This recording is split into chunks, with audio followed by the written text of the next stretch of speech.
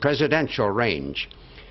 We had the fun and excitement of riding all the way to the top on the famous Mount Washington Cog Railway, which was first put into operation way back in 1869.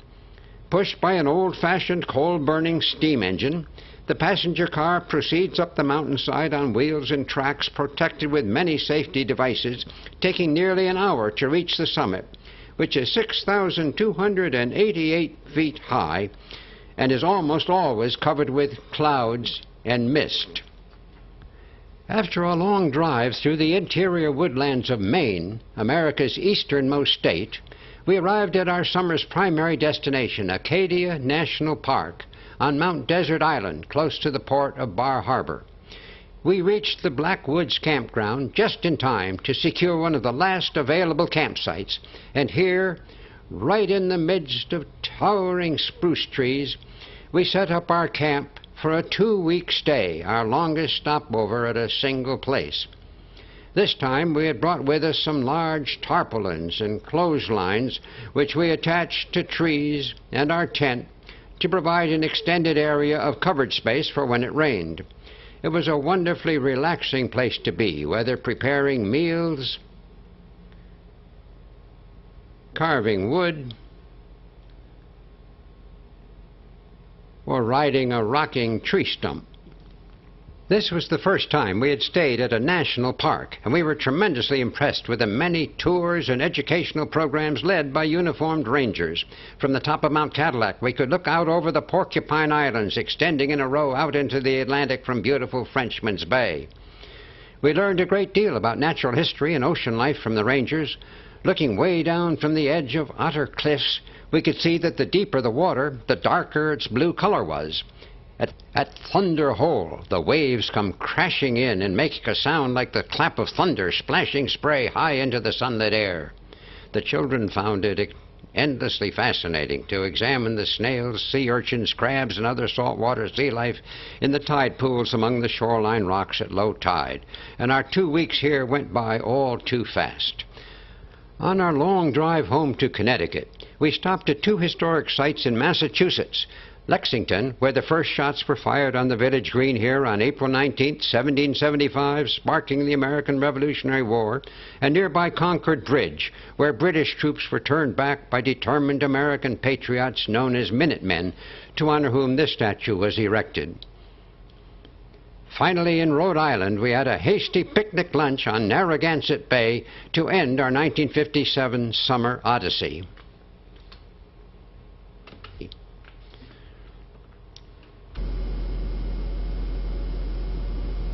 1958 was the year that we did the North Central states and the 5 Great Lakes. We started again at our home here in Hartford, went over across into New York State, up the Hudson River, and then all the way across New York to Buffalo and Niagara Falls, and then through a little part of Canada down to Detroit. And from Detroit we ran on up to Michigan to the top of the state and the Mackinac Bridge, and then over the northern part of Michigan and down through Wisconsin to Madison, and then we took a side trip up to St. Paul and Minneapolis, Minnesota, and then on the way back we stopped in Milwaukee, and then we had to head home just as fast as we could to get home before the 30 days was up that year. And we did actually swim in all 5 of the Great Lakes, in Lake Ontario, in Lake Erie, Lake Huron, Lake Michigan, and Lake Superior. This year we had a new piece of equipment, a neat little one-wheel trailer to carry some of our extra camping gear.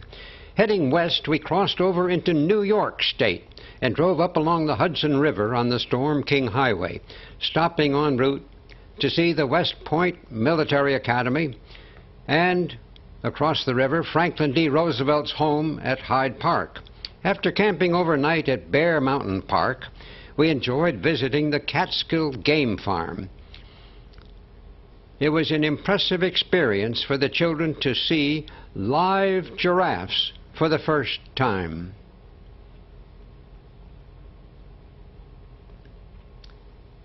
They also had fun learning how a baby elephant uses its remarkable trunk.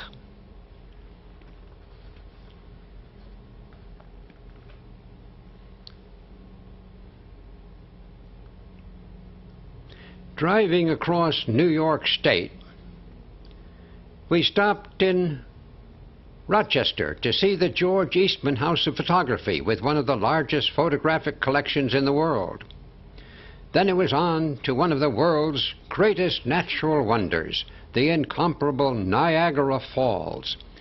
The Niagara River flows north from Lake Erie to Lake Ontario and separates New York State on the east from the Canadian province of Ontario on the west. Midway along the river there is a tremendous double waterfall with a thunderous drop of over 160 feet. It is estimated that 164,000 cubic feet of water per second plunge over the combined falls. Goat Island separates the narrower American Falls from the giant Horseshoe Falls on the Canadian side. From Goat Island you can descend in an elevator to the base of the falls, where you are provided with bright yellow raincoats for a guided tour around the Cave of the Winds. Being enveloped in spray and mist while looking up from the bottom of the falls makes this a really cool experience.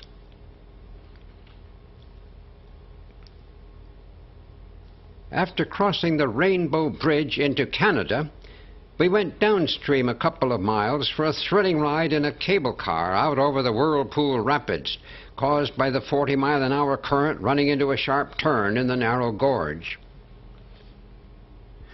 Then we returned for a ride down to the river's edge and a boat trip in the famous Maid of the Mist, getting yet another underneath view of this water wonder.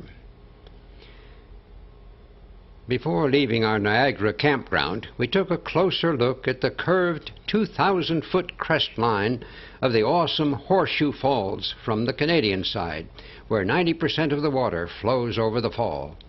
After this, we drove through Canada, across the southern part of the province of Ontario to Detroit, Michigan, and the nearby college town of Ann Arbor, where we were warmly welcomed by some old-time college friends of Robbins and Meg, Robert and Margaret Blood and their children, at whose home we stayed for a couple of nights while sightseeing in Detroit. In the auto capital of the world, we visited the Ford Rotunda Exhibition Center and were taken for a scary ride on the racetrack used to test new cars with steeply banked curves. We then headed up to northern Michigan and crossed one of the great engineering wonders of the modern world, the Mackinac Straits Bridge, 4.5 miles long, linking Michigan's lower and upper peninsulas.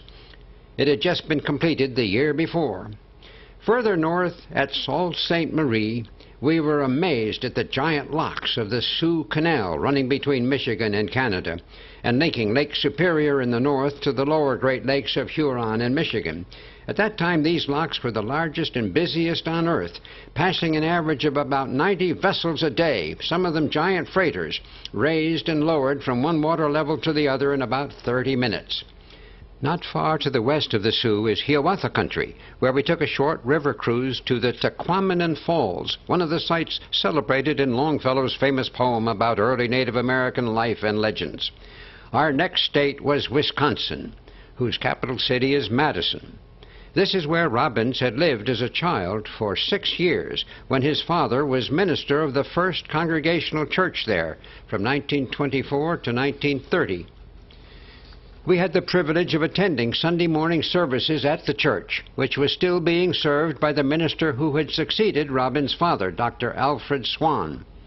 The Swans invited us for dinner at the parsonage at 21 Bascom Place in Madison, where Robbins had lived with his parents and 2 younger brothers until 1930. A giant statue of the legendary woodsman Paul Bunyan and his great blue ox, Babe, provided memorable images for us to take back from our overnight side trip to Minneapolis, Minnesota, the last of this summer's new states. Before heading south to Chicago and the long drive back east, we had one more exciting Wisconsin experience at the Milwaukee County Baseball Stadium, attending our first Major League Baseball game. The Milwaukee Braves had won